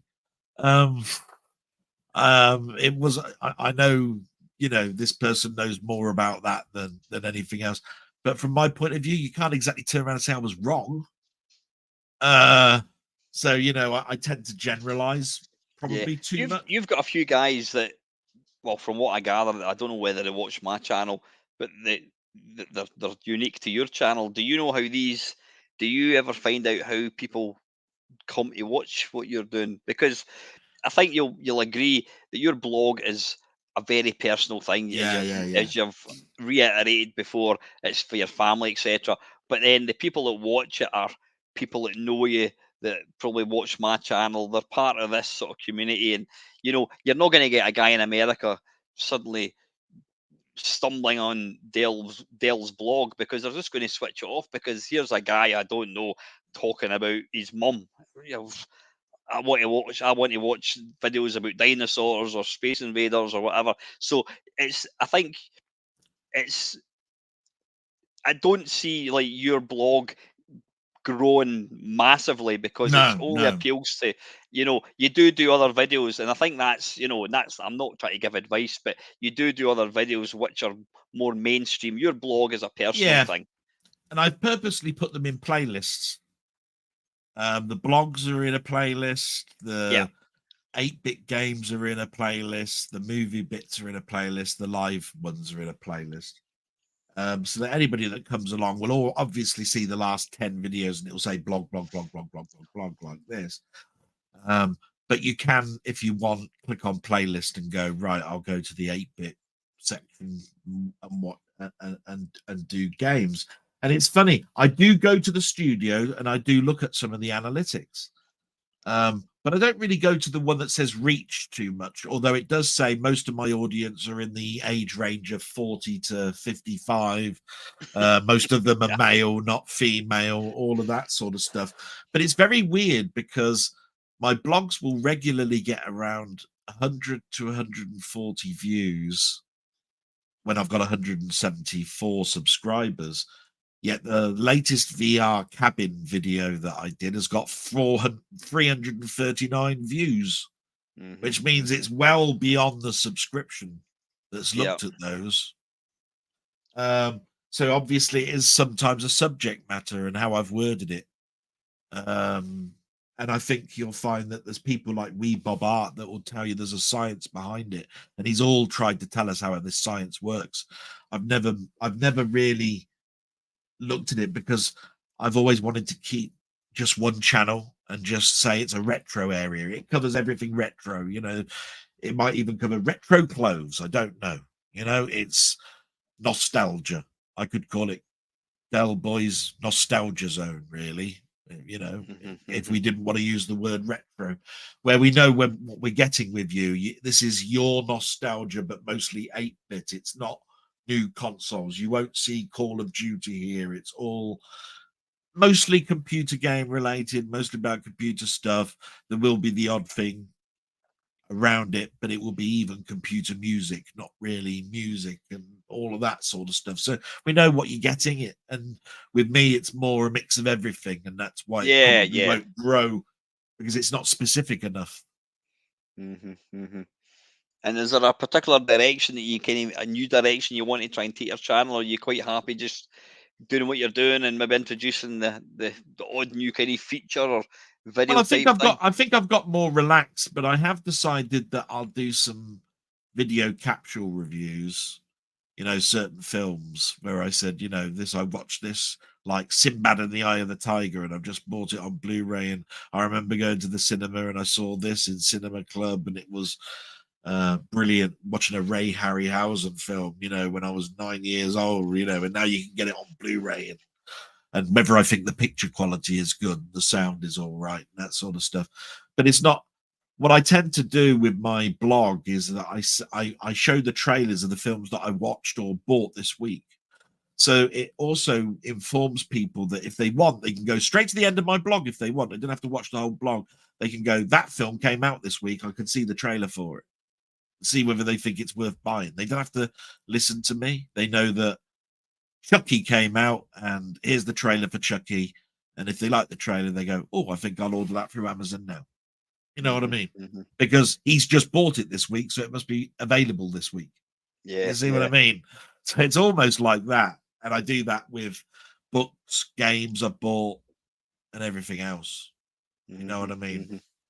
Glad to see you're making a lot of use of your new VR, and I noticed our audience saying there once he's skint at the moment, but he's going to watch your VR roundup because he fancies a new headset. Now, you've kind of sold me on that headset because of the film watching aspect, but I think in light of that, I've kind of upgraded my TV, not my TV. I think I should probably better stick to. There's not much point in me getting all that and then sticking a headset on and.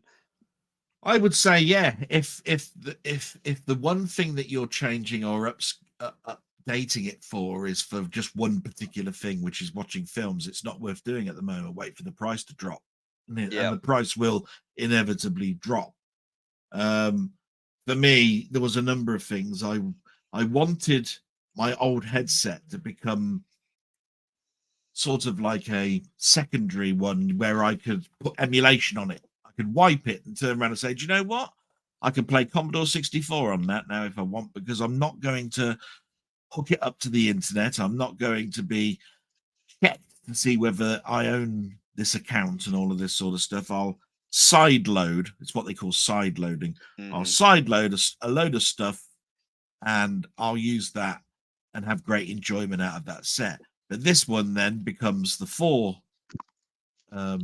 headset, and this one therefore is constantly connected to the internet, constantly updated, and it's a higher resolution. So of course I get the films, but I'm now getting greater enjoyment because I'm playing more of the games that I want to play, which it's got a little bit more oomph and power about it. So of course it looks a lot cleaner and nicer. Are games that are compatible, are Oculus Quest 2 games compatible with the third one? Yeah. Yeah, yeah. And then what they're doing is, because if you've already bought it on the Oculus 2, you can download it onto the Oculus 3. You'll tend to find that the programmers have gone back and added extra enhancements for the third for the Meta 3. So what I'm trying to say is there's a game like a zombie one, I think, called Saint and Sinners, something like that, or Sinners. It's a Walking Dead. Yeah, like a Walking Dead thing. And the MetaQuest 3 version has got a lot more foliage, a lot more grass, a lot more. The zombies are slightly more colorful. The resolution is picked up. The frame rate's faster. Like that. And yet, if you play it on yours, you'd get the same scene, but it would just look less. It would look more sparse. Yeah. But then the same game, and you'll get the same achievement and the same difficulty. It's just it's more a quality of life thing. You know what I mean? You'll get a more quality of image, I suppose. You know?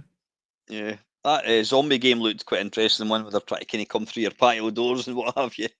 Well, I was saying, if zombies isn't your thing, the MetaQuest 3 came with a free game called First Encounters, and it's exactly that game. You scan the room, you draw where the windows are, and then all of a sudden this spaceship crashes through your ceiling and hands you a gun, and all of a sudden all of these Kirby type gremlin things start coming into the house, and you have to shoot them and then pick them up and put them into the space saucer.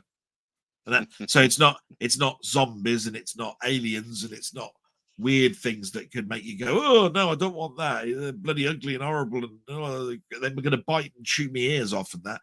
They're furry little furballs with little faces on that grin at you. Yeah. and it's the same game, but it showed off mixed VR. It's what they call mixed reality VR. So. Yeah. See, other than like VR, does gaming still excite you? Do you still get excited for games and playing new kind of types of games and what have you? I think when I get a new piece of device, and this is where I have to be very careful, it sort of reinvigorates you for a while, and you hope that it will reinvigorate you for a long time. So I always said that the Mister, I didn't buy it was because I haven't got the time to get involved in understanding it all. But when you've got it, that's one device I can't now live without. Yeah, You see I'm what I the same. mean? The trouble with something like a VR headset, if you've never really tried it, then it could be something that you buy and within a month it becomes something you put back in the box and never play on again. And that something like that could easily happen. The Steam Deck really is a handheld PC. If you don't realize that it's a great device, you can plug it into a monitor. It is a portable PC, but if you don't realize its beauty is really the handheld portable nature of it. And you're not really very portable yourself. In other words, you're not on a train every day. You're not on a, you're not taking it to work with you to do in your lunch hour every day.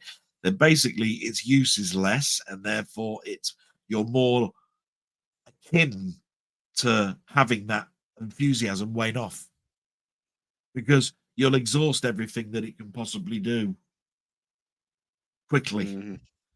So something has to have a lot of features for me to then not get bored, and that's why the Mister is just such a complex but lovely thing to have, because you get bored of one system, you go to another system, and there's how many of them? Yeah, it's interesting.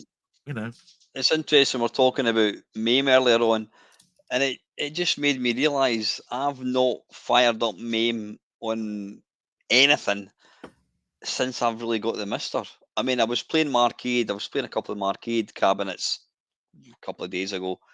You still can't beat. I mean, the emulation is fantastic and it is great playing these things. But as far as like using the PC, all my streams now go through the Mister, and I don't miss it, if that makes any sense. I wouldn't want to. I mean, there's only one game that I eagerly look for every time it updates is Rolling Thunder being added. No, not yet. Nah, yeah. not yet. But But it's I can still, ironically, I can still play Rolling Thunder through the emulator through Tato. Is it 5 or something? It's got Rolling Thunder and it plays perfectly. yeah, So I can kind of circumnavigate it, but I don't really miss. I don't miss MAME anymore, which I never thought I'd say, because I don't know how many arcade games are supported in the Mister. Maybe, I don't know, 300 or something, possibly something like that. yeah. Yeah, That goes back to, again, you've done this as a topic a million times, and one that I'll regularly always come back to and listen to and say you got it spot on, is that MAME got so ridiculously silly that you were spoilt for choice with games, and you went, I can't see the wood for the trees for the game that I yeah, want to yeah. play anymore. And there was only so long that I was actually going to arcades to play, and then anything that came out after that is an unknown to me. And I constantly kept going back to the ones that I was aware of or knew, and not going to anything that was new for me to say that I want to play that game. So a perfect example of that would be something like the Star Wars trilogy arcade game, a much later Sega sit down 90s arcade cabinet, which is absolutely lovely and gorgeous. But I have much more nostalgia than sitting down and sitting in the Outrun mechanical thing that was done in 1985, and I'd have played that one to death. And the Star Wars one I'd have seen in the corner of a bowling alley that I probably just walked past. So I'm not going to tie the two up. I'm not going to instantly, in my brain, I'm not thinking Star Wars. I'm looking down the list looking for Star Wars trilogy. I'm more looking forward to playing the old Atari Star Wars from 1982. So the nice thing about having MAME still installed is if you're looking for a hidden gem that you've never come across, that suddenly someone says, "Oh, have you tried this?" And you go, "I think it'll be up your alley." And then, and then suddenly you go, "Yeah, that was a good game." But the trouble is, Yeah, I'll play it for a couple of days and forget about it. It's ingrained in me because I yeah, think I found these games at an age where I remember it, and it's yeah, now yeah, ingrained in me. yeah. I mean, my kind of knowledge and awareness of arcade games didn't really stem from the arcade because I didn't really live close to an arcade. It was Yeah. through home ports, so I was aware of Yer Kung. Well, actually, I did play Yer Kung Fu in an arcade. I used to go to this college and they had it. But other games like Slap Fight or R Type, I was aware of these through home systems, and then when suddenly 1997 came along and MAME came out, suddenly being able to play Yeah. all these games I'd only played the kind of home versions of was like, it was just like the most incredible thing. I mean, you imagine, I don't know how many games MAME supports. Say there's like 6,000 games. Can you imagine having an arcade? I mean, but when you were like 14 years old and you went into the chip shop and there was a Space Invaders machine, you quite literally would have. It was your dream to own. You couldn't even contemplate owning a Space Invaders machine because No. this was something that was in a business, whether it was a chippy or a sports centre. You were never going to buy a Space Invaders machine. It's thousands and thousands of pounds. Um, and to then fast forward, 30, 40 years on, we've now got access. And I know it's not quite the same, but we can quite literally play these arcade games on our PC. Yeah. You're playing the actual game, and Yeah. we're completely blasé about it. I'll go down MAME, I'll be going, blah, blah, blah. You're seeing all these names of things you don't even know what they are, and you're just like, nah, nah, nah, Oh, nah, like, nah, nah, nah, the nah, nah. biggest eye opener I ever had when I got MAME back in 1998, like you, was when I was downloading the games. I was going, "You are 38K for Outrun? That can't be right? Fucking great big machine the size of this, and Yeah, it's yeah. 38K, and yet my Commodore 64 has got 64K, right? So why won't that arcade I fit 38K in the fit in that C60. 64K like there? I was going, don't understand it. Then you understood that although it's an arcade machine, it is mostly air. It's obviously got proper chips, that all these things are going into, and that's what makes the thing zing. But it's just amazing because you just think my calculator's got more RAM than that. And that game is like like Robotron is like I think it's something like 12K or something. Robotron, something like that. I'd have to look, but I'm just thinking 12K flipping heck. If you saved yourself a blank Word document, it would save itself as 35K, and it's got nothing in it.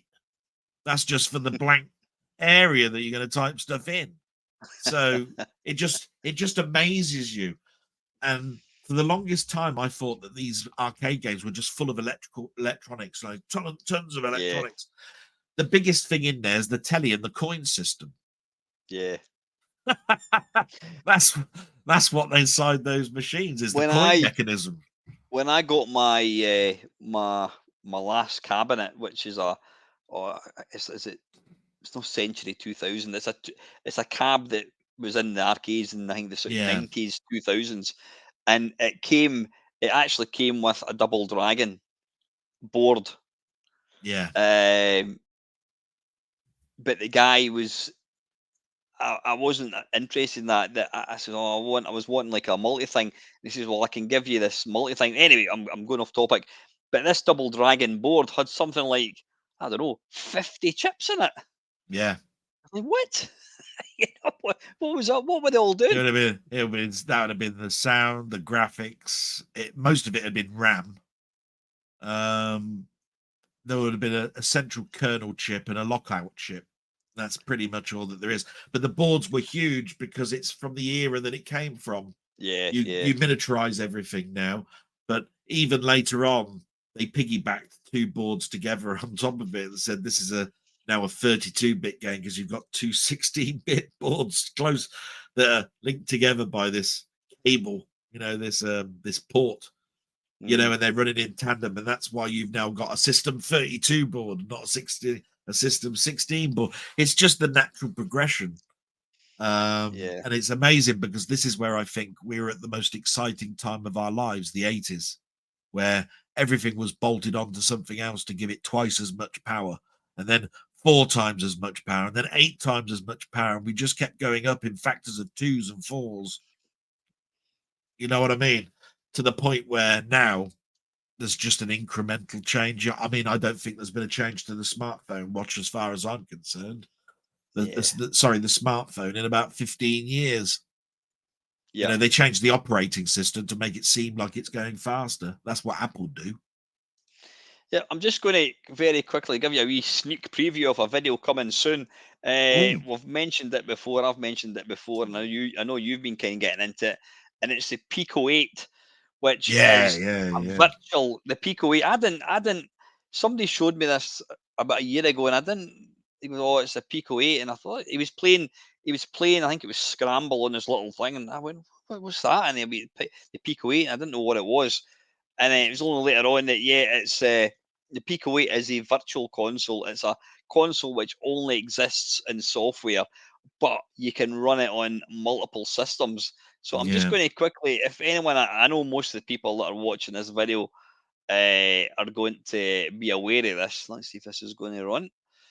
Is it going to run? There you go. So this is the this is on the Windows. This has not been edited at all, so Christ knows what's going to happen here. I should probably check that. Hopefully, I've not got my boxer shorts or something on and doesn't cut to a video. That would be a bit scary. Well, let's see. Let's get to. There we go. I don't know if you can hear the sound. There is that's Alien Breed. Can you hear that, by the way? Can you hear that at all, Craig? It's very loud in my ears, but All right. No, but it's gorgeous. It's great. Turn the sound down a wee bit. There we go. There's Alien Breed. There's Beam Rider. Yeah. How good does that look? Brilliant. I think it's got Juno first as well, hasn't it? I'm not sure though. I've not managed to find that. It may well. I mean, there's something like 12,000 games out for it. But oh, that is just awesome. The thing I love about this system is it's a kind of old-looking system. It's an old-looking system, but it's got the grunt of a modern PC. So look how silky that's running. That's running at 60 frames per second. It's just beautiful. Yeah, it's got the nostalgia effect, but with a modern sheen to it. Yeah. Let's have a look. What else? There's one of my favourite games, Berserk. Oh, is this a video, or are you loading these in? No, this is a video that I'm going to edit. Yeah, brilliant. Well, look at it. How smooth is that? It's just fantastic. Can I tell you the game that I'm playing the most at the moment on my Pico 8?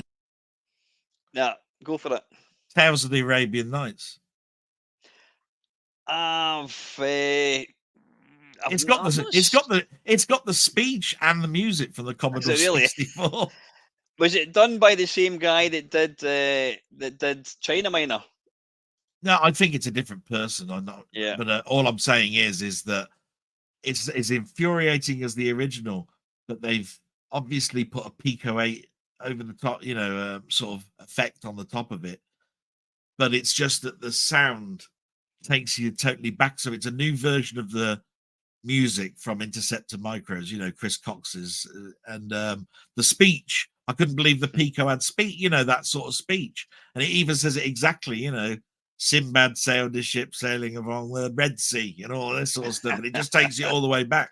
And I was going, wow, brilliant. Because that's what I think a lot of people do with the Pico. They go, I'm going to look for Pac-Man. I'm going to look for, I'm going to look for Berserk. I'm going to look for Robotron. I'm going to look for, and they see that new sheen over an old thing and play it to death because it's like, there's Bubble Bobble. Who could do that? Look at that. I mean, marvelous. Silky smooth. Yeah. So there's Centipede. Yeah. There you go. Yeah.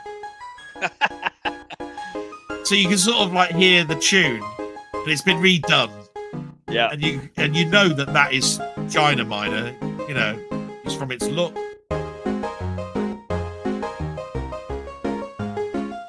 mental. Anyway, I shouldn't be spoiling it there. That's a sneak preview. Talking of, we've got literally a couple of minutes to go. Talking to China Miner, have you had a crack at Nick's China Miner, the new one, the Christmas Yeah, I one? downloaded it, but I wanted to watch you play it on that particular night before I actually had a go myself. And then I had a little go myself, and I got quite far in it. It was a bit weird at first because I could change in mid jump and all sorts of stuff. I was just the same things that you were having, and I must admit, I thought you'd found a bug where you said, "Well, I've picked up everything and I can't go into the key. So have I got a bug? Have I got Oh something yeah, you had to broken here?" jump up into the key. Yeah, Yeah, it's because he's put the event closes because you have to come in from the top every time for the key and all of that sort of yeah. stuff. But There is a wee bit, and there's a level 2 where you can just drop down and get the key as well. There's a couple of wee kind of like sort of yeah, secret warps. but Um, it's lovely to see someone like Arla. It's Arlasoft, isn't it? mhm. I don't know his actual. He's a lovely guy. Nick Sherman. Nick's it. Nick, do something like that because it just shows his prowess. Because I think he actually mentioned, he said, the more I've gone into this game and the more later on I could see, the more he got pissed off and couldn't be asked. Because the He last did say last four levels of it's just the same sprites and just a different layout. I don't think he cared one bit. I don't think or even that anybody would get there. Do you know what I mean? you do. Do you know that Charlie Farr, who's a good friend and gaming extraordinaire, he completed it on his first bloody go. I know. And I do know Charlie Farr very well, and I watch Yeah, his stuff. It's one of those things where I like to watch people that are really good at games, but they can be sometimes walkthroughs, and I don't want to watch a walkthrough because I want to play it myself. yeah, I have to be really careful. It's like if I watch too far, I'll pick up what he did there, and I'll do that myself, and it'll be almost like cheating. yeah, The whole point of these early games was to see the next set of graphics on the next screen. You wanted to know whether they'd exactly. change. So I watched the beginning, and I can't say I've ever watched the end to the end of certain ones because it's like, oh no, because then I'll see the end. Yeah, I know he's that good that I will see the end. So I have to stop yeah. myself. It's yeah. I mean, it's interesting when you see like 20th century gamer Mark, good friend of yours and mine's. Mark's Oh yeah.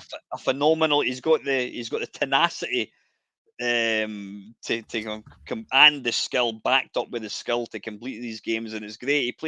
He plays some bloody awful games, but he perseveres and gets through them. Mm. Yeah, he does. 20th Century Game is marvelous, just like Charlie Farr and all of that. Like I said, sometimes I like it when they're just playing a variety of games because I can just sit back and watch. But if they're going to do I'm doing this one game today and I'm going to see how far I get, I know by the end of the stream they're going to finish it. Anyway, listen, mate. I'm going to let you get to bed. I know not all of us are off tomorrow. I am. Hey, yeah. Thanks for joining me, Dale, at short Oh, notice as always. Yeah, I will get back to some semblance of order. Like I said, I don't even know what day it is. Is this Tuesday or something? it's I can't. Monday. Is this Monday? Yeah, there will be a Friday waffle. By the way, I've got to say a massive thank you. I really kicked everybody's arse last Friday with the waffle, and you've not disappointed me. I think I've got about 10 questions, which is fantastic, and that's great. You continue to keep giving me stuff to talk about. I will keep making I these think I things. added. Yeah, I think I added one if I remember rightly. You Yeah, I did did, indeed. didn't So I? thank you Yeah, very yeah. much for that, which is fantastic. Well, you So helped me. You know the Steam sale is on at the moment. I've bought today Half-Life Alex. That one that you said is oh yeah, absolutely that's amazing. Do you know it's yeah. $12.99 now? Oh, I've never. I need to go back to it. It's a phenomenon. Have you tried it yet? No, I've just bought it, but what I'm Oh, saying is it was 40 quid. Now it's $12.99. it's The Steam sale. Just don't get too tied up in it. But if there is a particular game you want, yeah. I don't think you've got until the 4th. I've got too many. I've got too many Blu-rays I need to watch. Yeah, Half-Life Alex is. It's. I think it's generally regarded as the the best VR experience. Wait till you try it. You'll go, wow. It's phenomenal. So anyway, listen, Dale, I'm going to let you get off to bed, mate. Big love Yeah. to your mum, and finally, thank you very much to everybody that's taking time to watch. Enjoy work tomorrow. Don't work too hard. I'm going to be having a long lie, and until that, folks, I'm off for a cup of hot chocolate and a bath. Thanks to everyone from me as well. Thank you. And again, yeah, thanks for all the support in the last year. And I'll see you soon. Cheers, guys. See Bye-bye. you later.